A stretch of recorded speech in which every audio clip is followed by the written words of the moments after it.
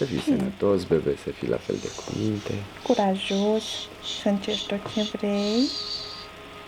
Aproape tot ce vrei. Aproape vezi. tot ce vrei, da? Da, aproape. O să vezi filmarea asta pe la 18 ani și să nu încerci aproape tot ce vrei. Băiatul Să nostru, fii sănătos să ai un suflet bun și blând în continuare. și să nu umpli casa în continuare cum ai făcut-o până acum. Lasă dormi. De fericire, de bucurie, de noroc. Că tu tot timpul o să fii al nostru și o să fim acolo lângă tine, Manu. Da, oricând ai tu nevoie. Hai, cum faci tu? Zâmbești? Nu vrei? Nu vrei acum să zâmbești?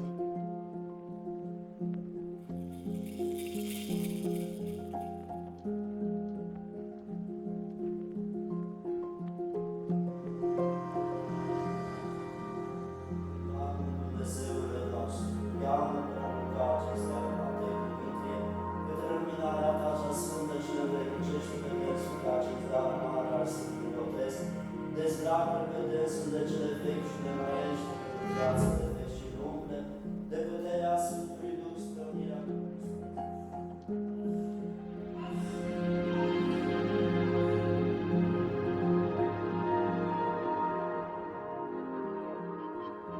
Dragă Matei, îți dorește bunica sănătate, să crești mare, cu minte, să asculți de părinți, să-ți realizezi visul care l-ai, să-ți amintești cu drag de ziua aceasta de botez în care te-ai încreștinat.